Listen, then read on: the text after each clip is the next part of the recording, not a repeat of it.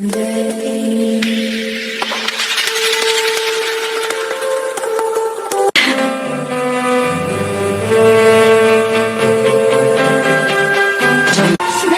me right now.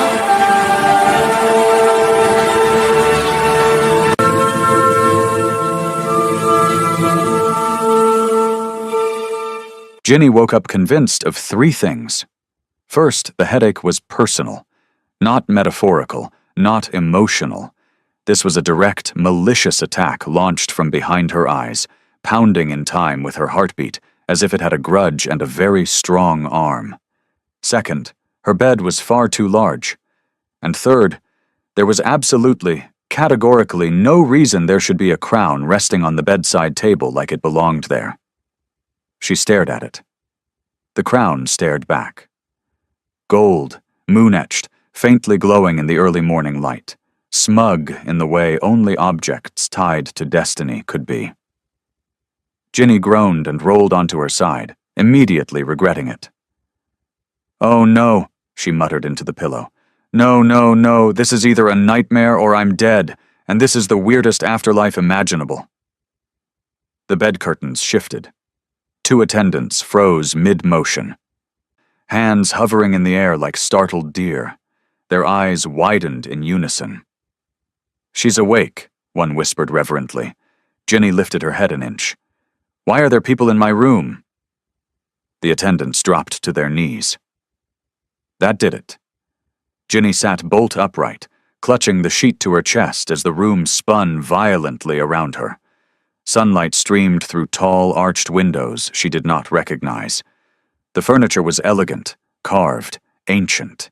Everything smelled faintly of cedar, moonflower, and responsibility. This was not her room. This was not her life. "Please," Ginny said hoarsely, pressing a hand to her temple. "Tell me this is a prank. A very elaborate, deeply unkind prank." The attendants exchanged a look of pure panic. "Your Majesty," one said, voice trembling. "Please, don't strain yourself." "Her Majesty," Ginny laughed. It came out thin and hysterical, and ended in a cough. "Oh, that's funny," she said. "That's very funny, because last night I was just a girl with a bad week and a glass of wine that betrayed her." The door opened. The room changed. It wasn't dramatic. No thunder, no shockwave. But the air shifted all the same, like it had straightened its spine. Lion Draven stepped inside. He looked infuriatingly composed for a man who had just become an alpha king with a wife who woke up questioning reality. His dark hair was tied back neatly, his expression calm, his presence solid in a way that made the room feel anchored. His eyes flicked briefly to Ginny. Then, very subtly, they crinkled. Amusement, not loud, not mocking, just quiet, infuriating amusement. "Good morning," Lion said evenly. "You're awake earlier than expected." Ginny stared at him. Stared. Then looked down at herself, at the unfamiliar silk nightgown, at the crown still very much existing, at the kneeling attendants who hadn't moved an inch. She looked back up at Lion. "No," she said firmly. "Absolutely not." Lion lifted an eyebrow. "I refuse," Ginny continued. "Whatever this is, I am opting out. I did not sign anything. I did not agree to—" She gestured vaguely around the room. "Royalty, or destiny, or crowns that look like they cost more than my entire childhood." One of the attendants whimpered. Lion's lips twitched. Behind him, another figure appeared in the doorway. Kyle. The beta took one look at Ginny, wild-haired, pale, clutching the sheets like a shield, and visibly paled himself. This was, in his professional opinion, a disaster. "You're awake," Kyle said stiffly, as if addressing a volatile weapon. "Good. Very good. We should, brief you."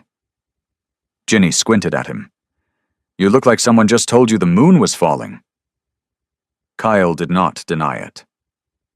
Lion crossed the room calmly and sat in the chair beside the bed, folding his hands like a man settling in for a reasonable conversation. The sight was deeply unfair. Kings were not supposed to look that unbothered.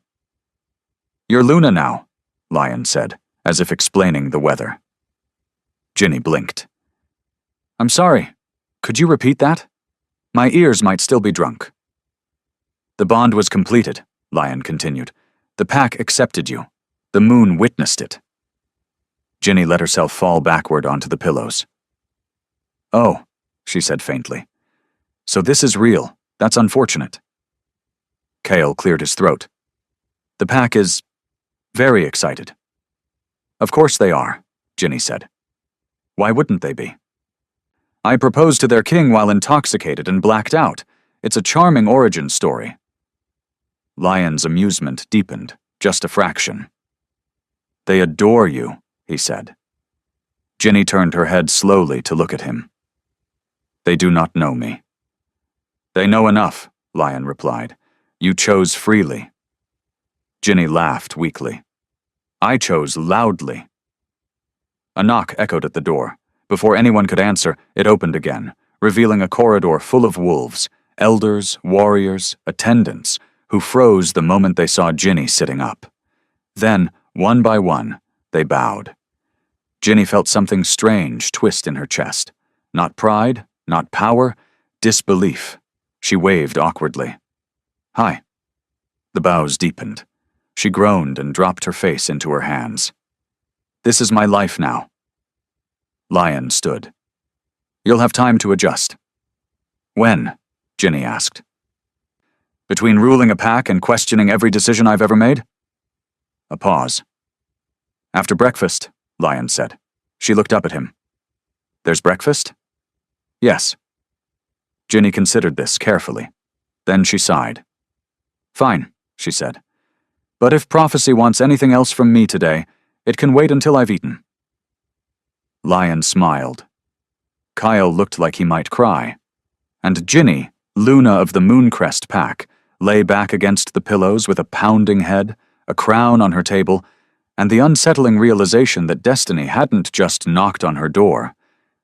It had moved in. By mid-morning, Ginny had learned 3 additional facts about her new life. 1. Being Luna came with an alarming number of meetings. 2. Everyone bowed too much. It was excessive. Her neck hurt just watching it. And 3. Whenever someone said the word prophecy, the room immediately developed the social energy of a funeral dinner. She was seated at a long council table that looked like it had never once hosted a relaxed conversation. Lion sat at the head, calm and regal, radiating born for this. Kyle hovered nearby with a stack of scrolls and the expression of a man praying no one asked him follow-up questions. Ginny, meanwhile, was chewing on honey bread and trying not to feel like she'd wandered into the wrong play. Then Mira arrived. The healer moved with her usual quiet confidence, silver hair braided neatly down her back, hands folded in front of her. She had patched Ginny up more times than she could count over the years. Scrapes, bruises, poor life choices. Today, she would not meet Ginny's eyes. Ginny noticed immediately. "Oh," Ginny said lightly, swallowing her bite. "That's new." Mira stopped in front of the table. "Luna," she said, dipping her head respectfully. Ginny winced. "Please don't say it like that. I'm still emotionally adjusting." Lion glanced at her. "You're doing fine." Ginny shot him a look. "I woke up crowned and confused. The jury's out." Kyle cleared his throat. "We've gathered to formally present the prophecy." There it was. Ginny leaned back in her chair. "Ah yes, the prophecy. The thing everyone keeps saying like it's a beloved relative instead of a vague threat." Mira finally lifted her gaze. There was hesitation there. Just a flicker. But Ginny caught it. Mira unfurled the scroll slowly, the parchment crackling with age. Symbols shimmered faintly across the surface, lunar runes curling like they had opinions. She began to read. "When the Alpha King stands unbound, and the moon wanes in waiting, his true mate shall come not by command nor conquest, but by choice beneath moonlight." Ginny blinked. "That's romantic," Slightly creepy. Continue. Mira swallowed. She shall choose him freely, unprompted by crown or claim, and in that choosing the bond shall awaken, and the throne shall be secured. Silence followed. Ginny looked around the table. No one met her eyes. Not Lion. Not Kyle. Not the elders who suddenly found the table surface fascinating. She frowned. That's it? Mira hesitated. There are interpretations. Ginny sat forward. Oh no. Whenever someone says that, it means there's fine print. Kale shifted. The prophecy is ancient, symbolic. Ginny raised a finger. It literally says, choose him freely under moonlight. I proposed. Under moonlight. Freely. Loudly. With witnesses. That's not symbolic. That's procedural. No one laughed. That was concerning. Ginny turned slowly toward Mira. You're all acting like I accidentally checked every box on a cosmic scavenger hunt. Mira's grip tightened on the scroll. The moon values intention, Mira said carefully, not circumstance. Ginny tilted her head. So my intention was what, exactly? Mira opened her mouth. Closed it. Lion spoke instead. You meant it. Ginny looked at him. I meant something. I'm still narrowing down what. She pushed her chair back and stood, pacing slowly behind it. Let me get this straight. There's an ancient prophecy that says the Alpha King's true mate has to choose him of her own free will. No coercion, no ceremony, just vibes. Kyle nodded faintly. And I, Ginny continued, walked in drunk, emotionally unfiltered, proposed like I was ordering dessert, and Destiny went, yes, that one. The elders remained silent. Ginny stopped pacing. Why does it feel, she said slowly, like this prophecy was written about me specifically? Mira flinched. It was small, barely there. But Ginny saw it. That's ridiculous, Kale said quickly. Prophecies don't work like that. Ginny smiled thinly. Funny, because everything else suddenly does. She turned back to Mira. You hesitated. Why? Mira met her gaze at last. Her eyes were steady, but sad. Prophecies are not instructions, she said. They are mirrors. Ginny snorted. That's ominous and unhelpful. Lion stood, placing a hand lightly on Ginny's shoulder. The contact grounded her more than she wanted to admit. What matters, he said calmly, is that the bond formed. The pack accepted it. The moon answered. Ginny looked up at him. And if I hadn't proposed? The question landed heavy. Mira's voice was soft. Then fate would have found another path. Ginny studied her face. Uh-huh, she said, because fate is famously flexible. She returned to her seat, crossing her arms. I don't like this. Kale sighed. Most people don't. Ginny pointed at the scroll. That prophecy is vague enough to be dangerous, specific enough to be suspicious, and everyone here is suddenly terrible at eye contact. No one argued. She leaned back, exhaling slowly. Cool. So I'm Luna because Destiny has a sense of humor. Lion's mouth curved faintly. It does. Ginny glanced at him. You knew. I suspected, he admitted. She groaned. Of course you did. Mira carefully rolled the scroll closed. We will answer your questions, Ginny. In time. Ginny raised an eyebrow. Why do I feel like in time is healer for when you're ready to panic properly? Mira said nothing. Ginny looked around the table once more, committing the moment to memory. The silences, the stiffness, the way truth seemed to hover just out of reach. Fine, she said at last. I'll play along. Kale relaxed slightly. But, Ginny added, smiling sweetly, I will be asking footnotes. Lion chuckled. Mira's smile didn't quite reach her eyes.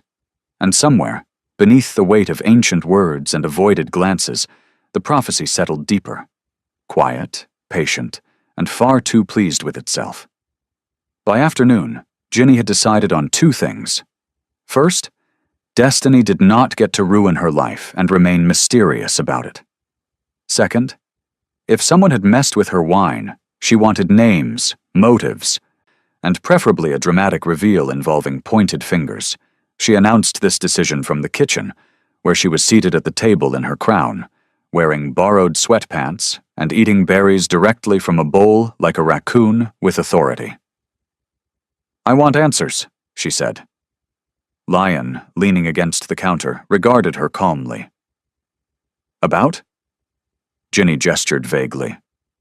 "Everything. But specifically the part where my drink may or may not have been enchanted by a stranger with boundary issues." Kyle, who had just entered with paperwork, froze mid-step. "You think someone spiked the wine?" Ginny squinted at him. "I know someone spiked the wine. I don't black out from 2 wolfberry shots. I cry a little and overshare. That's my brand." Lion's gaze sharpened. "You're certain?" "I'm annoyingly certain," she said. "Which means someone interfered with my very questionable but still mine life choice." There was a pause.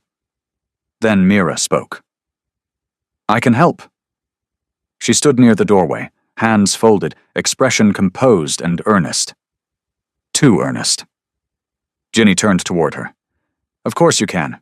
You're the healer. You know herbs and poisons and vibe stuff." Mira nodded. "If fate was interfered with, it matters. Truth is the only way the moon forgives." Kale blinked. "That was poetic."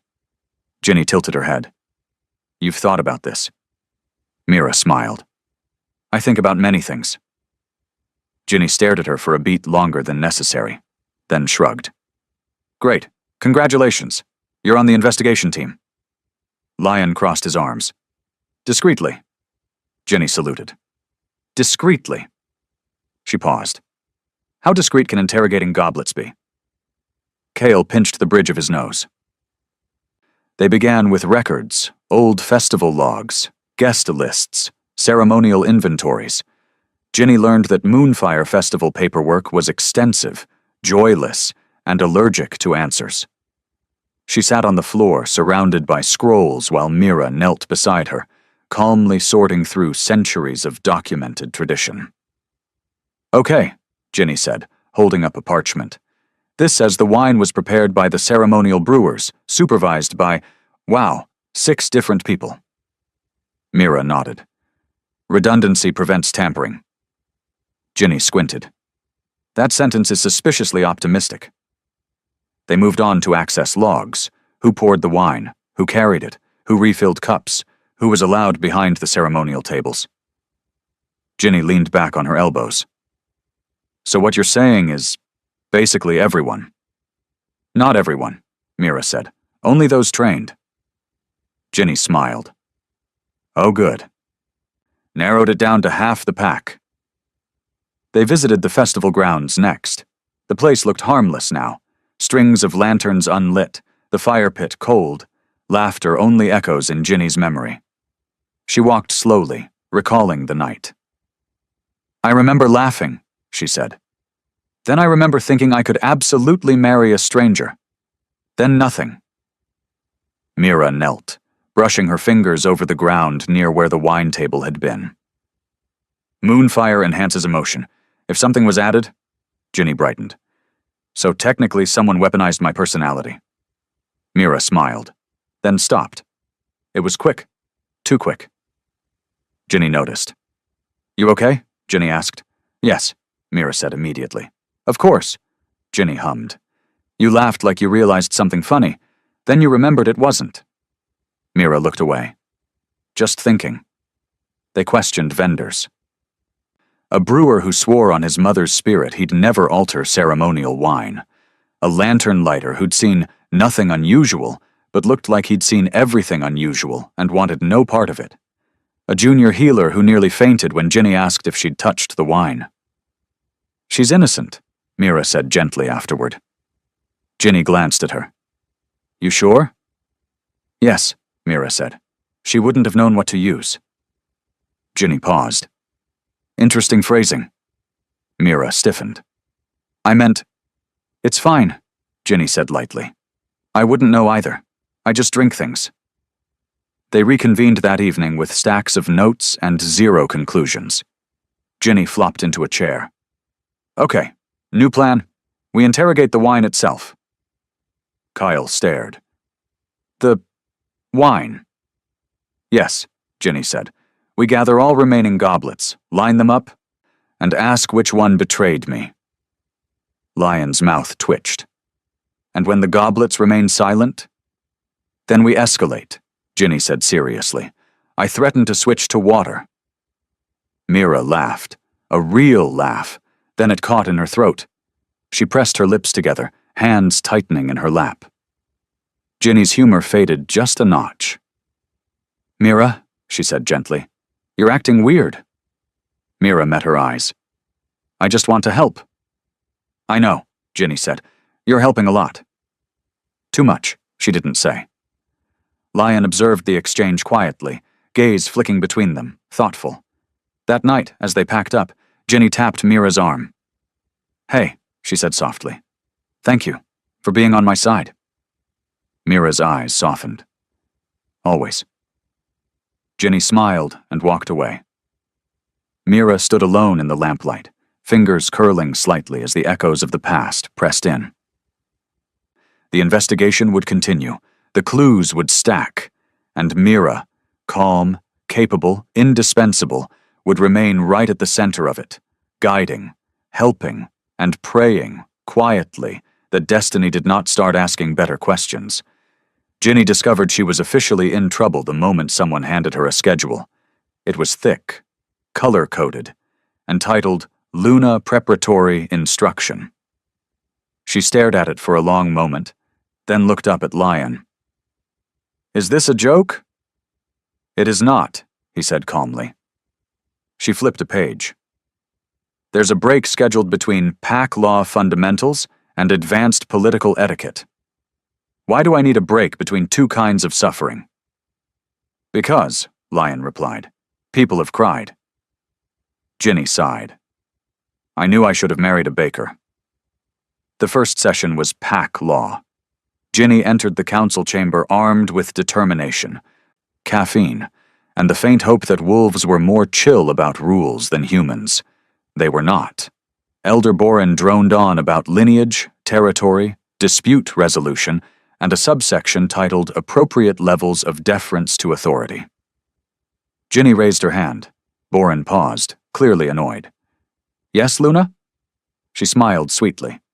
Hypothetically, if authority is wrong, do we defer or discuss? A few elders shifted uncomfortably. Boren sniffed. Authority is rarely wrong. Ginny nodded. So was the former Alpha King's tax policy. A murmur rippled through the room. Boren's eye twitched. Pack Law ended with Ginny knowing exactly three things. 1. Half of it was outdated. 2. Most of it could be weaponized. 3. The elders had underestimated her. Political etiquette was next. It was worse. She learned how to stand, not too proud. How to speak, not too bold, and how to smile, never with teeth unless victorious. Ginny raised her hand again. Yes, Luna? Elder Malus said, already tired. So if someone insults me in public, I smile? Yes. And if they insult the pack? You smile. And if they insult Lion? Malus hesitated. You smile less. Ginny nodded thoughtfully. Fascinating system. By the end, she had mastered. The neutral smile, the diplomatic nod, and the art of saying nothing while implying everything combat training was last. Ginny expected humiliation. What she got was joy. The training yard smelled like earth and sweat. Kyle stood at the center, arms crossed, watching her with the expression of a man expecting disaster. Rules are simple, he said. You will face 3 rounds, non-lethal, control over power. Ginny cracked her knuckles. Finally. Something with consequences, I understand. Her first opponent was an elder's son who smirked when he saw her. She smiled back, then verbally dismantled him. You're leading with your right, she said casually. You always do. You also telegraph when you're nervous, which you are. His smirk faded. She dodged his strike, twisted, and sent him sprawling. The yard went quiet. Her second opponent was larger, stronger. Ginny circled him, eyes sharp. She feinted left, waited for the overcommitment, and swept his legs. He hit the ground hard. Kyle blinked. The third match was where it went wrong. Ginny lunged, her boot caught on uneven ground, and she went down in a tangle of limbs and indignity. The elder watching snorted. "Clumsy!" Ginny rolled, used the momentum, and dragged her opponent with her. They hit the dirt together. She came up first, breathless, triumphant, hair in her eyes. "Still counts," she said. Silence. Then applause. Later, dusty and grinning, Ginny glanced at Lion. "Well?" she asked. He looked at her with quiet pride. "You belong here." Ginny exhaled, surprised to find she believed him. Luna training, apparently. She was going to survive it. Possibly even enjoy it. Ginny noticed Cale's problem on the third day. Not because he announced it. Cale never announced anything. He absorbed problems quietly, like a man who believed emotional reactions were a sign of structural weakness. But he was standing too straight, which, on Cale, was saying something. The first sign was breakfast. Mira entered the hall carrying a tray of tea and dried fruit. Kyle, who had been mid-conversation with Lion, stopped talking. Not paused. Stopped. His shoulders tightened, his jaw set. His gaze flicked to the exit like the room had suddenly caught fire, and he was calculating evacuation routes. Ginny watched this while buttering bread. Interesting. Mira crossed the room, serene as ever. "Beta," she greeted. "Healer," Cale replied, about half a second too late. Ginny took a bite. Very interesting. The second sign came during training. Ginny was sparring with Cale, an experience that mostly involved him correcting her footwork while pretending not to notice when Mira watched from the edge of the yard. "Again," Cale said curtly.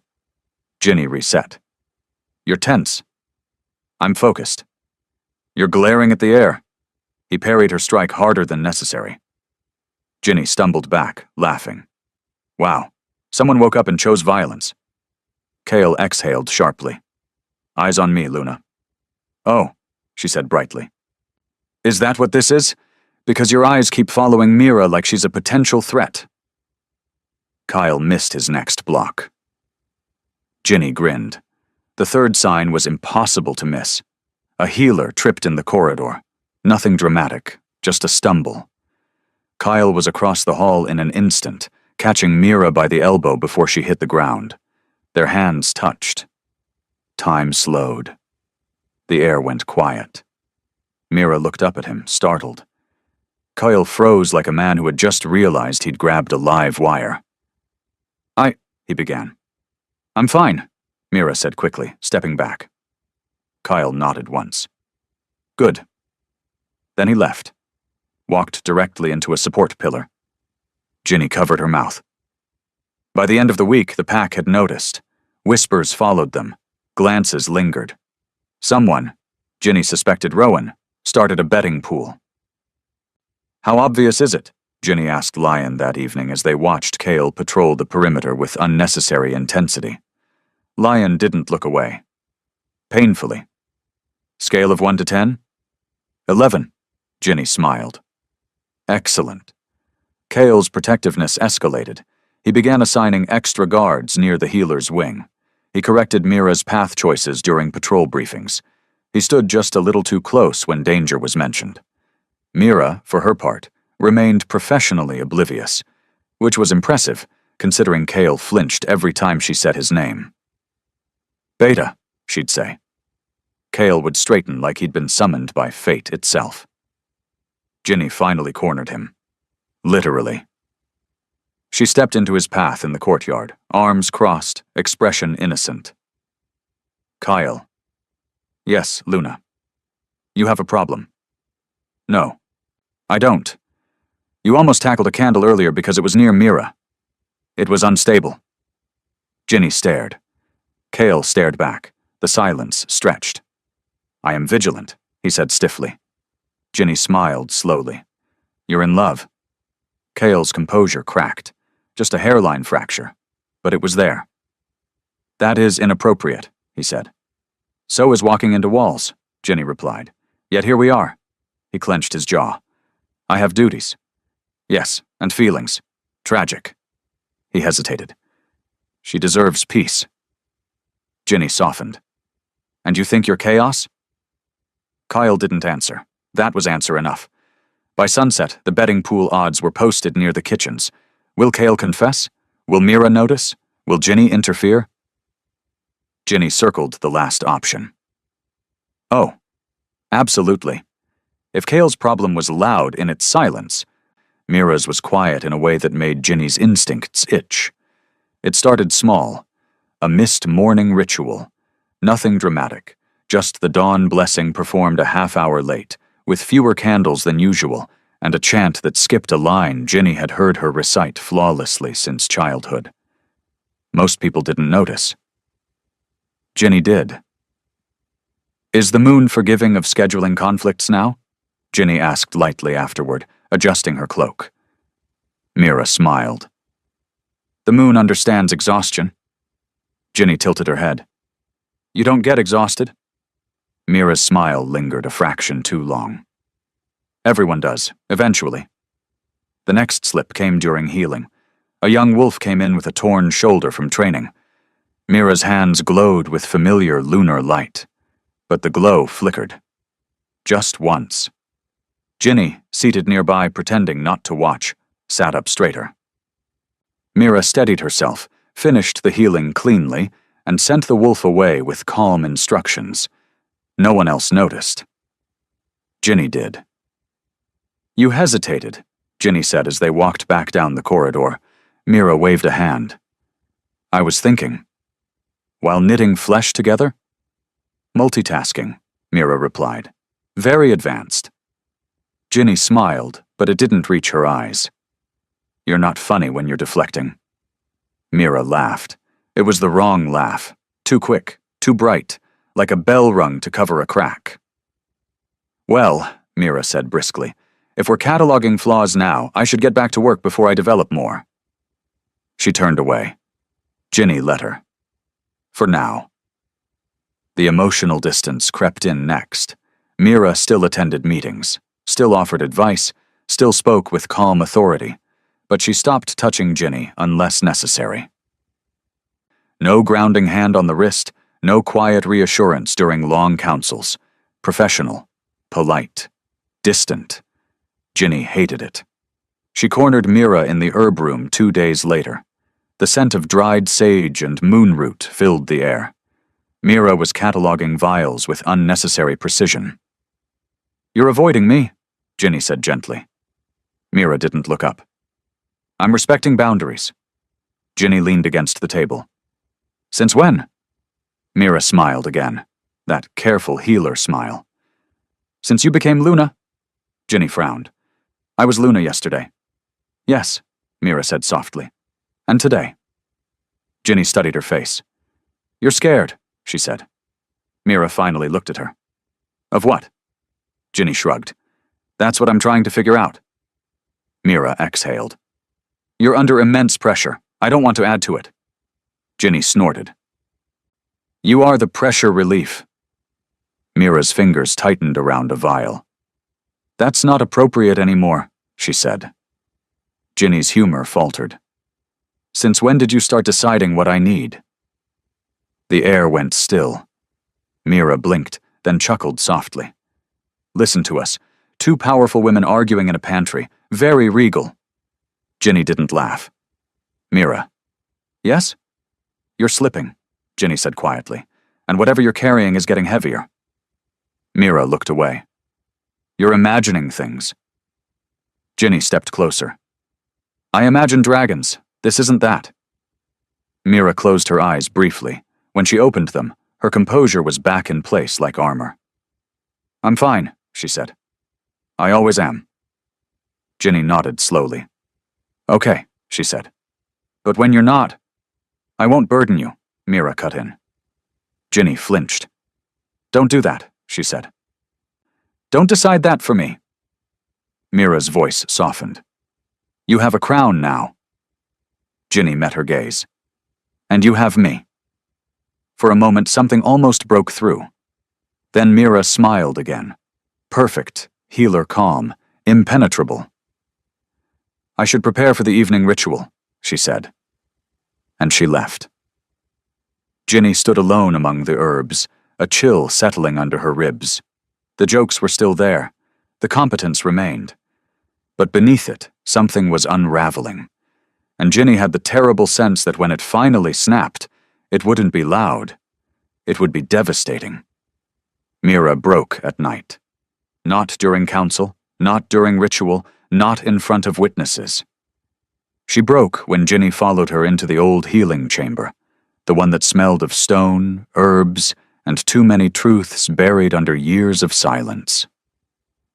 The room was dim, lit only by moonlight slipping through the high window. Mira stood with her back to Ginny, hands braced on the table as if the wood were the only thing keeping her upright. Ginny closed the door behind her. "You didn't finish the evening rites," Ginny said quietly. "I know. You missed the lunar alignment." "I know." Ginny didn't raise her voice. She didn't joke. She didn't soften it. "Look at me." Mira didn't. The silence stretched until it hurt. Then Mira spoke, her voice thin, scraped raw by fear she could no longer hold in. "I did it." Ginny felt the words before she understood them. "Did what?" Mira's shoulders shook once, then again. "I spiked the wine." The world did not explode. There was no thunder, no dramatic surge of magic, just a cold, hollow stillness that swallowed the room whole. Ginny swallowed. "Say it again." Mira turned. Her face was streaked with tears she hadn't bothered to wipe away. Her eyes, those steady, knowing healer's eyes, were wrecked. "I spiked the wine at Moonfire," she said. "I altered it. I pushed your emotions past restraint. I made sure you wouldn't hesitate." Ginny's hands curled slowly at her sides. "For the love of the moon," Ginny whispered. "Why?" Mira let out a broken sound that might have been a laugh if it weren't soaked in misery. "Because you were running out of time." Ginny frowned. "Time for what?" Mira's voice dropped to almost nothing. "To live." The word landed like a blade. Mira moved unsteadily to the chair and sat, as if her legs had finally given up pretending they could hold her. "There was more to the prophecy," she said. "A clause buried so deep it was never meant to be spoken." Ginny didn't interrupt. "If you did not choose a mate before your 20th birthday," Mira continued, "the magic bound to your bloodline would consume you." Ginny stared at her. "Not sickness, not weakness, death." The room tilted. Ginny pressed a hand to the table, steadying herself. "You're saying I was on a countdown?" "Yes." "And no one thought to mention this?" Mira flinched. "It was forbidden. The elders sealed it away generations ago. They believed knowing would lead to forced bonds, political pairings, breeding contracts." Ginny let out a short, breathless laugh. "So instead they chose surprise death." Mira bowed her head. "I was the only healer left who knew." The words came faster now, spilling like blood from a wound that could no longer be covered. "You were carefree, brilliant, reckless. You laughed at fate. You avoided commitment like it was a disease. And every month the moon waned closer to your birthday, and you didn't even know you were dying." Ginny's chest tightened painfully. "I thought," Mira whispered, "if you knew it would break you. Or worse, you'd be bound against your will. So I convinced myself I could nudge destiny."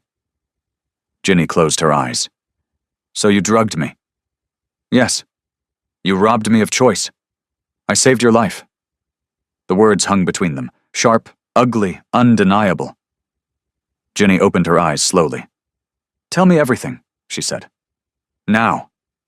Mira nodded. tears falling freely. "Your mother was the former Alpha King's true mate," she said, "not the woman history crowned queen." Ginny's breath caught. "She gave birth to you before politics sealed the bond. Before the council rewrote the story, you were hidden, declared insignificant, but your blood carried the moon's mark." Mira looked up at her, eyes shining with grief. "You were never ordinary, Ginny. You were never allowed to be." Ginny felt something inside her fracture, not loudly, not cleanly, but deep enough that she knew it would never fully mend. "So, all this time," she said slowly, "I wasn't avoiding destiny. No. I was unknowingly racing it. Yes." Silence stretched again. Then Ginny let out a soft, humorless huff. "Well," she said, "that explains a lot." Mira blinked. Ginny looked at her, eyes bright with unshed tears and something harder beneath them. "So I survived an ancient prophecy," she said quietly, "by being irresponsible enough to propose marriage to a stranger while drunk." The irony was bitter, sharp, almost cruel. Mira let out a sob. "I never wanted to hurt you," she said. "I just didn't trust fate to be kind." Ginny stepped back. "I don't know if I'll forgive you," she said honestly. "And I don't know who I am anymore." She turned toward the door. "But I know this," she added, without looking back. "You don't get to decide my life again. Ever." The door closed softly behind her. Mira remained alone in the moonlight, stripped bare by truth, surrounded by the ruins of good intentions, and finally forced to face the cost of helping too much. The council chamber had never felt so cold. The torches burned, the banners hung, the stone walls stood exactly as they always had, unchanged, indifferent, but the air was heavy with something no fire could warm. Truth. Mira stood alone at the center of the chamber. No healer's sash, no ceremonial markings. Just simple gray robes, and her hands folded calmly in front of her, as if she were attending a routine proceeding rather than her own undoing. Ginny sat beside Lion on the raised dais. She did not look at Mira. That absence was louder than any accusation. The elders filed in, faces set, expressions rigid with the gravity of history pressing down on them. This was not a scandal to be whispered about in corners. This was a fracture in the foundation of the pack. Elder Boren spoke first. "Mira of the Mooncrest," he said, "you stand accused of violating sacred rites, interfering with destiny, and manipulating the will of the moon itself." Mira bowed her head. "I do." A murmur rippled through the chamber, shock not at the admission, but at its calmness. "You admit to altering ceremonial wine," Boren continued, "thereby influencing the actions of the Luna before her bond was recognized?" "Yes." "You admit to withholding prophecy clauses from both the Council and the Luna?" "Yes." Ginny's fingers curled against her palm. "You admit," Boren said, voice hardening, "to deciding another's fate without consent?" Mira lifted her head. "I do." The word echoed. Kyle stood at the chamber's edge, posture rigid, eyes fixed on the floor. His jaw was clenched so tight it looked painful. The elders conferred quietly, voices low, measured. Law was being weighed against intent, tradition against consequence. Finally, Boren turned back to the center.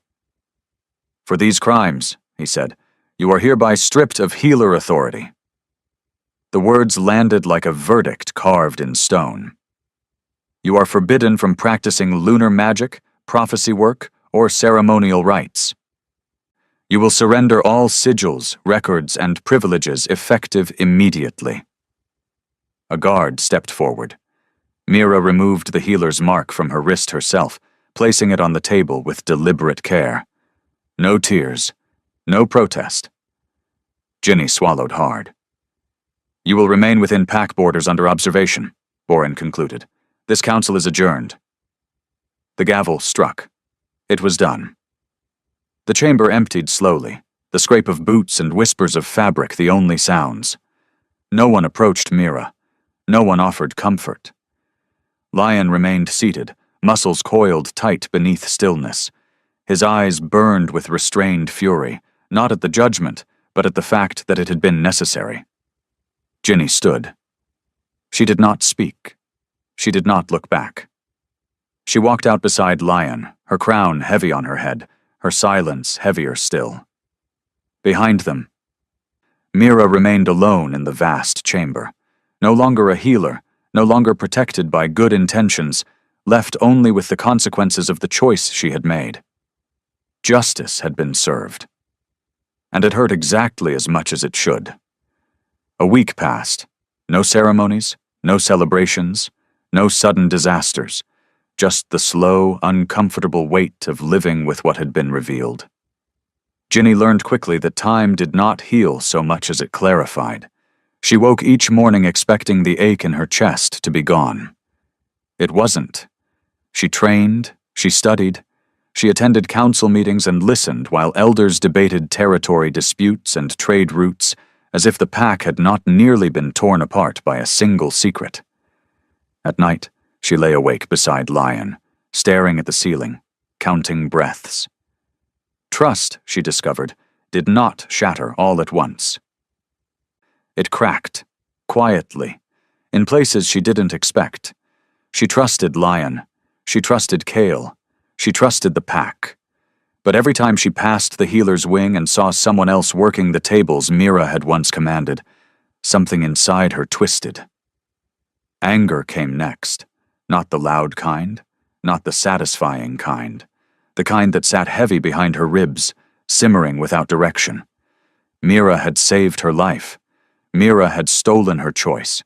Both things were true. Neither canceled the other. Ginny hated that. She walked the outer paths alone some evenings, the cool air biting just enough to keep her grounded.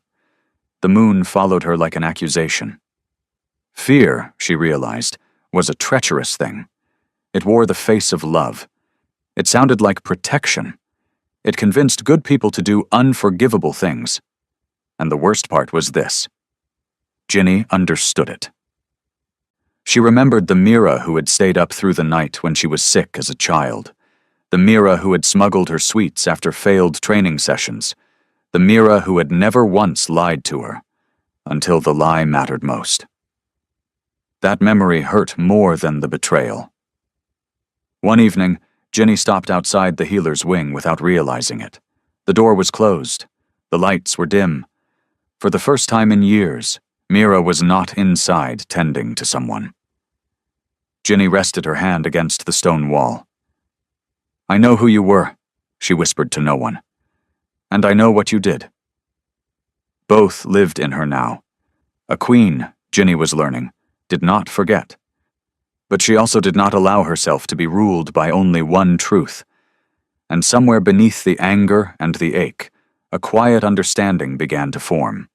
Fragile, unresolved, but alive. The week ended not with forgiveness, but with clarity.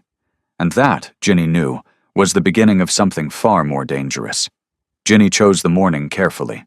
Not a festival day, not a council-heavy afternoon, just a regular hour when the pack was awake enough to notice, but not braced for spectacle. She stood in the courtyard with Lion at her side, hands folded, crown straight. The elders gathered. So did the healers.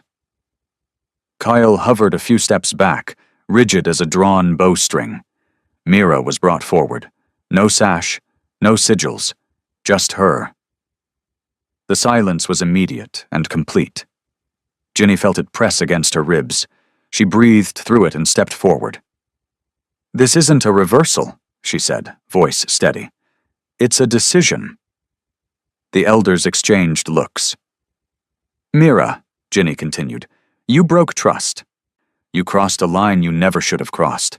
That doesn't disappear because I'm standing here alive." Mira nodded, eyes lowered. "I understand." Ginny's throat tightened. She pushed on.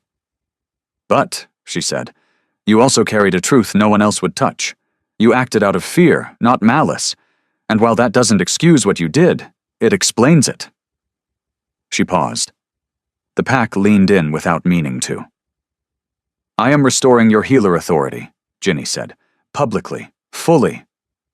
A ripple moved through the crowd. Mira looked up, stunned. Ginny lifted a hand.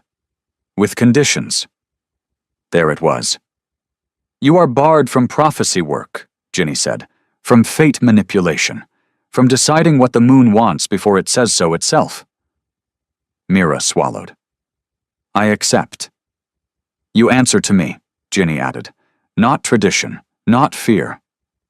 Me. Mira's composure shattered. She made a sound, half sob, half laugh, and covered her face.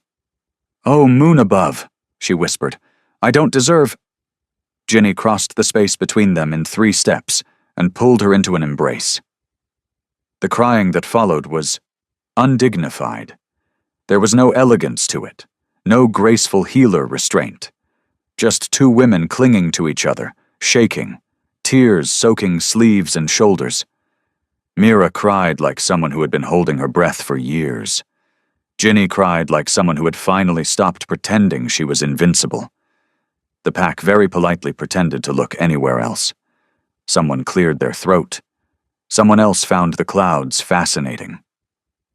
Kyle stared at the ground with fierce concentration, as if eye contact might shatter the universe. Eventually, Ginny leaned back, wiping her face with the heel of her hand. You scared me, she said hoarsely. Mira nodded. I know. You hurt me. Yes. And if you ever, Ginny said, voice firming, decide fate needs help again. Mira held up a trembling hand. I will talk to you first. Ginny sniffed. Good, because next time I'd rather choose my destiny sober. A few chuckles escaped the crowd. Gentle, relieved. Lion exhaled slowly, tension easing from his shoulders. Ginny turned to the elders. This is my choice as Luna. There was no challenge, only acceptance. As the gathering dispersed, Mira lingered, still blinking through tears. Kale approached, stopped short, then bowed stiffly. Healer, he said. Mira smiled weakly. Beta. Ginny watched them with interest, then leaned toward Lion. Think the pack noticed the crying? She murmured. Lion's mouth curved. They will never speak of it. Cowards, Ginny said fondly. Forgiveness, she knew now, wasn't absolution. It was a choice. One she had made with open eyes, a bruised heart, and the quiet confidence that she was no longer running from destiny, just finally walking beside it. Kyle chose the worst possible moment. This surprised absolutely no one. They were in the outer courtyard at dusk, the air still carrying the emotional residue of the morning's events. Mira sat on the low stone wall near the training grounds, blotchy-eyed, wrapped in a borrowed cloak that did not belong to her, and absolutely reeked of stress. Ginny stood a respectful distance away with Lion, pretending very hard not to watch. Kyle approached like a man marching toward his own execution. His back was straight. His expression was grim. His hands were clasped behind him like they might try to escape if left unattended. Healer, he said. Mira looked up. Kale. Ginny muttered, Oh no, under her breath. Kyle inhaled, deeply, like someone about to give a speech he had rehearsed in his head for years and somehow never once aloud. There is something I must state, he said. Mira blinked. You sound like you're about to arrest me. I am not, Kale said quickly. This is not disciplinary. Good, Ginny whispered, because I'm emotionally exhausted. Kyle ignored her with professional dedication. I have served this pack for 17 years, he began. I have upheld its laws, protected its borders, and placed duty above personal desire at all times. Mira tilted her head. Kyle, why does this sound like a resignation letter? He swallowed. I did not act, he continued stiffly, because I believed my feelings were inappropriate, because of rank, because of timing, because of fear. Silence. Mira's breath hitched. Kyle finally looked at her. "I have loved you," he said, voice steady despite everything. From afar. Ginny clapped a hand over her mouth. Kyle pressed on, unstoppable now. "I never expected anything in return. I did not seek to burden you. I only wished to ensure your safety and well-being to the fullest extent of my ability." Mira stared at him. Kyle nodded once, as if concluding a report. "That is all." He stepped back. No flourish, no plea, no hopeful pause. Just truth. For a heartbeat, no one moved. Then Mira laughed. It burst out of her, wet, broken, incredulous, and immediately turned into sobbing laughter that folded her in half. "Oh, Moon, help me," she gasped. "You absolute idiot." Kyle stiffened. "I apologize if—" "You loved me from afar?" she cried, wiping at her face. "Kyle, you practically stationed yourself between me and the concept of danger." "That was tactical. You assigned extra guards to the healer's wing. There were risks. You glared at anyone who brought me tea.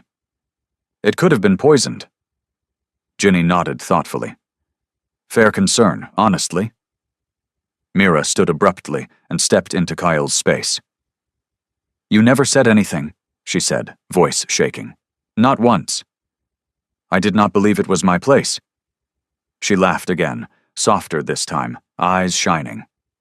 "You are the most honorable, emotionally repressed wolf I have ever met." Kyle swallowed hard. "I accept that assessment." Mira shook her head, a smile breaking through tears. "All this time, I thought I was alone with my fear." "You were not," Kale said quietly. Ginny cleared her throat loudly. "I would like it on record that everyone else knew." Lion nodded. "Everyone." Mira looked between them, incredulous. "You all knew?" "Pack bets were involved," Ginny added. "You owe Rowan 3 marks." Mira snorted through her tears and turned back to Kale. "You should have spoken badly sooner," she said. "This was impressively terrible timing." Kale inclined his head. "I regret nothing." She reached out and took his hand. The contact was tentative. Real. Kale froze like a man struck by lightning. Mira squeezed gently. "Next time," she said, voice warm despite the exhaustion. "Try speaking before fate collapses." Kyle nodded. "I will attempt that." Ginny smiled, relief and fondness washing over her. Everyone agreed on one thing. Kyle was an idiot, but he was a sincere one, and for the first time in days, the world felt like it might actually be moving forward again, awkwardly, imperfectly, and with far too many feelings for anyone's comfort. The truth arrived quietly. No thunder, no dramatic interruption, no ancestral spirit clawing its way out of a tapestry. Just a book, old, leather-bound, smelling faintly of dust, ink, and secrets that had overstayed their welcome. Ginny found it in the archive room, which everyone insisted on calling the historical wing, as if a euphemism made lies less dusty. Mira stood beside her, unusually silent. Kyle hovered near the doorway, like a man prepared to defend against emotional ambush. Lion leaned against the far table, arms crossed, posture calm, in the way that meant something was already wrong. Ginny flipped the final page. Then she stopped smiling. "This," she said carefully, "is not what the bedtime stories said." Lion didn't move. "No, it wouldn't be." Mira cleared her throat. "The records were adjusted." Ginny looked up. "That's a polite way of saying rewritten." "The council at the time believed stability required it," Mira said. "The Queen was beloved. The pack needed continuity." Ginny closed the book. "So," she said, voice level, "Lion's mother wasn't the Queen." Silence answered her. Kale shifted first. "The official records list Queen Althea as the mother," Ginny finished. "She wasn't." Lion exhaled slowly. "She died," Mira said, "during childbirth." Ginny's chest tightened. Lion finally spoke. Her name? Mira hesitated. Celine. The name landed like a held breath finally released. She was not of royal birth, Mira continued, but she was chosen, loved, and hidden. Ginny looked at Lion, not as Alpha King, not as ruler, just a man learning the shape of a loss he never knew he carried. They told me my mother was distant, Lion said quietly. Cold, dutiful. Mira nodded. The Queen was all those things. Ginny stepped closer to him, not touching yet. She loved you, Mira said, but she did not birth you. And Celine? Lion asked. Mira's voice softened. She never held you. The room felt smaller. Ginny reached for Lion's hand. He didn't flinch. He didn't grip back either, just let her be there, anchoring without pulling. They buried the truth to protect the crown, Mira said. Bloodlines complicate power. Love complicates politics. Ginny huffed once. Apparently, honesty complicates everything. Lion almost smiled. Almost. So I rule, he said, on a foundation of lies. Kyle stepped forward.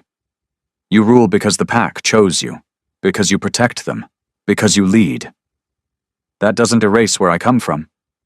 No, Ginny said gently, but it explains why you never fit the version they wrote. Lion looked at her then. Really looked. You're not trying to fix this, he said. She shook her head. Nope, this is yours. A pause. Thank you. Mira folded her hands. There is more. Ginny raised an eyebrow. Of course there is. The Queen could not conceive, Mira said.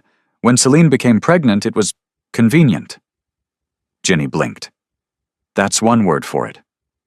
The council believed blood could be substituted, Mira went on, that a crown could make lineage true. Lion's jaw tightened. They built a king out of secrecy. They built a story, Ginny corrected. You became the king despite it. That landed. Lion straightened, not with authority, but with acceptance. My mother died unnamed, he said, buried without acknowledgement. Yes, Mira said. Then she will be acknowledged. Kale inclined his head. The pack will follow. Ginny squeezed Lion's hand once. Not dramatic, not performative. Just there. Later, when the room had emptied and the weight of history no longer pressed from every shelf, Lion stood beneath the open sky. Ginny joined him. She never saw me, he said. But she mattered, Ginny replied. He nodded. I don't feel angry, he admitted. Just rearranged. Ginny smiled faintly. Yeah, turns out truth does that. He looked at her, moonlight catching in his eyes. You don't see me differently? She snorted. Please, if anything, this explains the brooding. A corner of his mouth lifted. They stood together, not fixing the past, not rewriting it, just refusing to let it stay hidden. Power didn't roar. It settled. And for the first time, Lion knew exactly where he came from.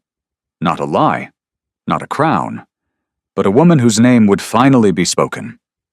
The elders called it a formal assessment. Ginny called it an ambush with better stationery.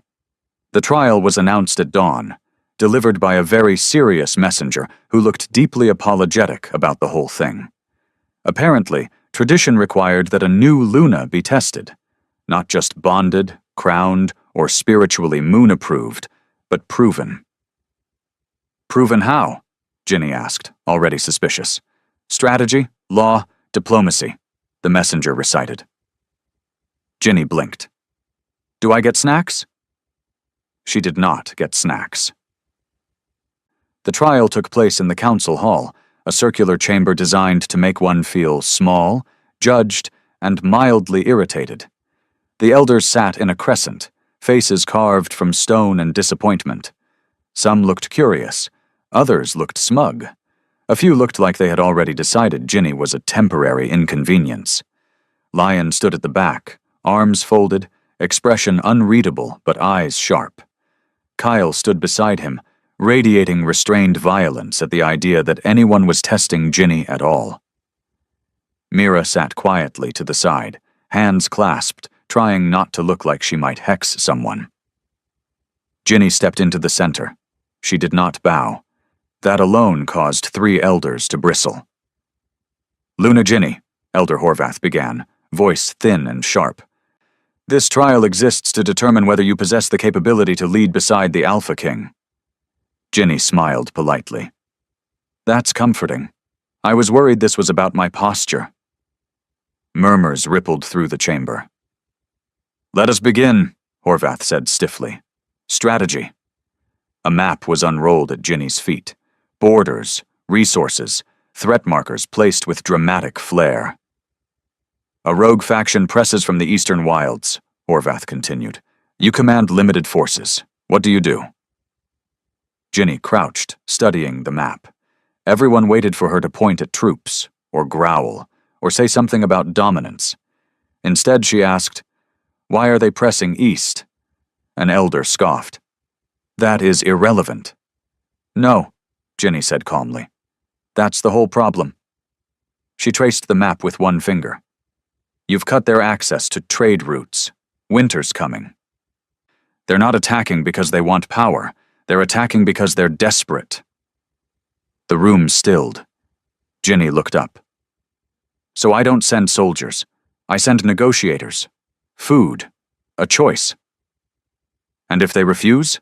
Horvath pressed. "Then," Ginny said, standing, "we fight a war we can justify, but odds are, they won't." Silence. Lion's mouth twitched. "Next," Horvath said, tighter now. "Law." A case was presented. 2 pack members, a land dispute, old grievances, legal precedent thick enough to choke on. Ginny listened. Let them talk. Let them argue. When they finished, she said, "You're both wrong." Collective outrage followed. "The law you're quoting is outdated," Ginny continued. "It was written when land equaled power. Now land equals responsibility. Neither of you has fulfilled it." She turned to the elders. "The law exists to protect the pack, not your nostalgia." One elder actually gasped. Ginny shrugged. Respectfully. Diplomacy came last. An imaginary alliance, fragile, insulted, one wrong word away from collapse. The elders waited for force. Ginny offered honesty. "You don't trust us," she said plainly, "and frankly you shouldn't. Trust is earned." Horvath leaned forward. "And how would you earn it?" Ginny smiled, soft but unyielding. "By not pretending we're something we're not, by making agreements that benefit both sides, and by walking away if respect isn't on the table." A long pause followed. Finally, Horvath stood. He looked tired, old, less certain than before. "It appears," he said slowly, "that you have passed." Ginny exhaled. "Fantastic. Do I get snacks now?" Laughter broke, actual laughter, reluctant, startled, real. Horvath regarded her carefully. "You are not Luna because of prophecy." Ginny met his gaze. "No. The prophecy," he continued, voice quieter, "worked because of you." That settled something deep in the room.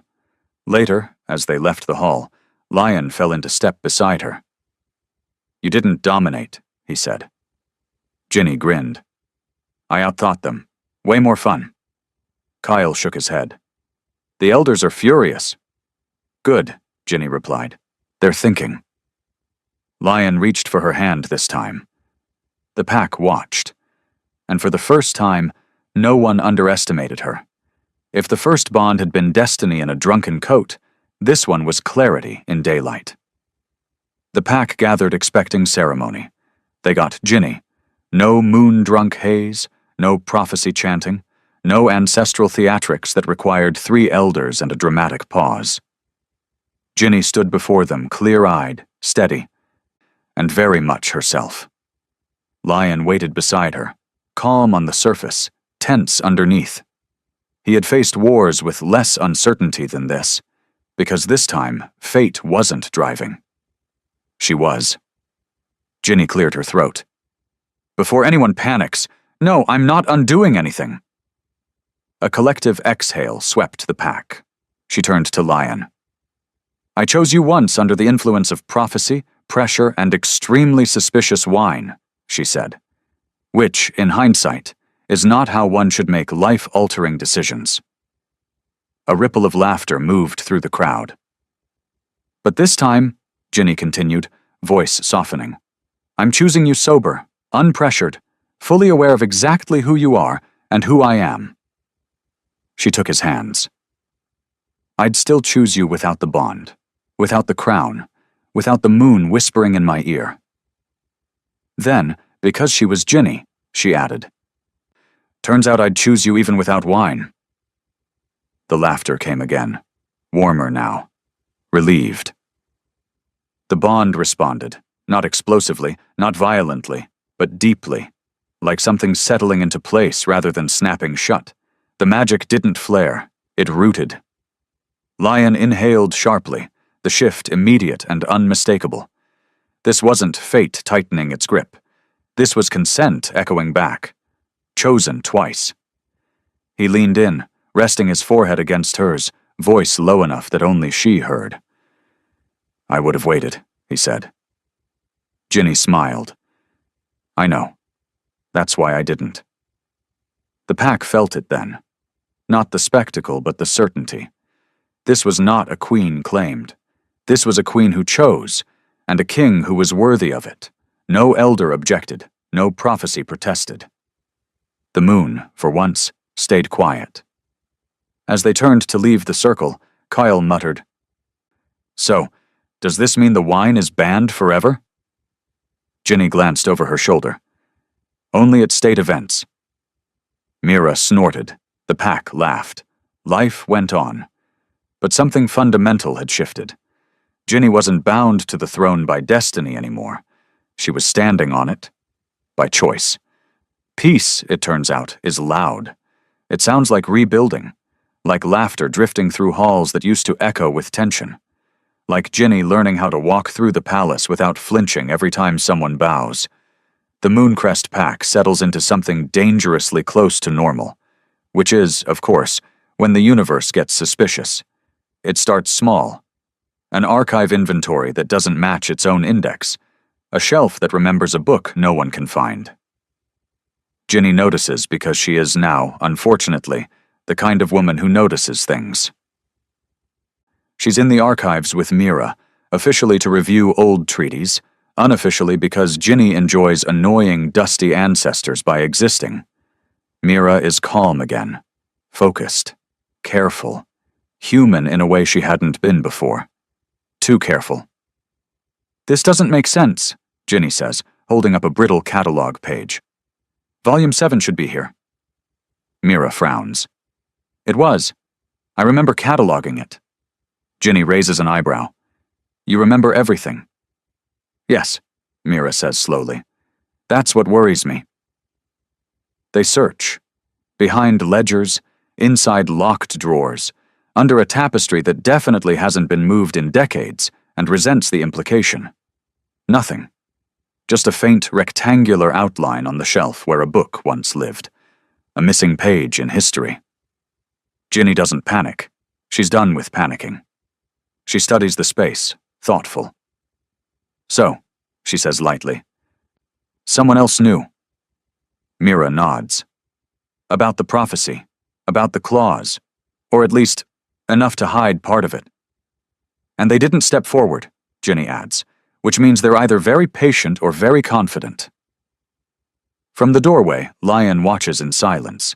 His instincts hum, not with threat, but with recognition. Old power doesn't disappear. It waits. Somewhere in the pack, perhaps beyond it, a shadow has chosen to remain just that. Not an enemy yet. Not an ally. An unfinished sentence. Ginny closes the catalog and hands it back to Mira. Well, she says, a slow smile curving her mouth. If Destiny wants round 3, it can schedule an appointment. Lion snorts. Mira exhales a laugh. The tension loosens but doesn't vanish.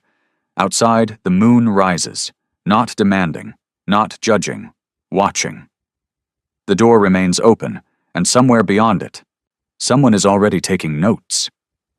The Mooncrest Pack learns the news the way it learns most important things these days, by accident. Ginny is halfway through breakfast when she pushes her plate away, stares at a cup of tea like it personally offended her, and says, very calmly, "If I smell one more egg, I'm declaring war." The room freezes. Lion looks up slowly. Kyle chokes on his drink. Mira goes still in the particular way healers do when their world rearranges itself. "Ginny," Mira says gently, already smiling, "how long has this been happening?" Ginny blinks, does the math, grimaces. "Long enough that I'm either cursed or pregnant." Silence. Then Lion is on his feet. Not feral, not commanding, just stunned. He crosses the room like the ground might vanish if he doesn't hurry. Kneels in front of her chair, completely ignoring the concept of royal dignity, and places his hand over hers. "Is it true?" he asks quietly. Mira clears her throat, tears already forming. "Yes, Your Majesty. Very true." The Alpha King laughs. It startles everyone. It startles him. He presses his forehead to Ginny's knee, breath shaking, shoulders bowing under a weight he welcomes without fear. Ginny blinks rapidly. "Okay, if you start crying, I will absolutely start crying, and then Kale will panic." Kyle is already panicking. The pack celebrates later. Loudly, improperly, with far too much food and several arguments about baby names that no one is qualified to win. But this moment, this one, is quiet. That night, Ginny stands on the balcony, moonlight soft against her skin. She rests a hand over her stomach. Still amazed that something so small can feel so loud inside her, Lion comes up behind her, wrapping his arms around her with the careful reverence of someone holding a miracle. "Are you afraid?" he asks. She thinks about it. "Not of this," she says. "Not of us."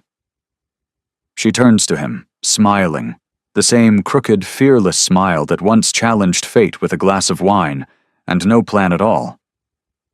"Turns out," she adds, "destiny didn't win because it trapped me."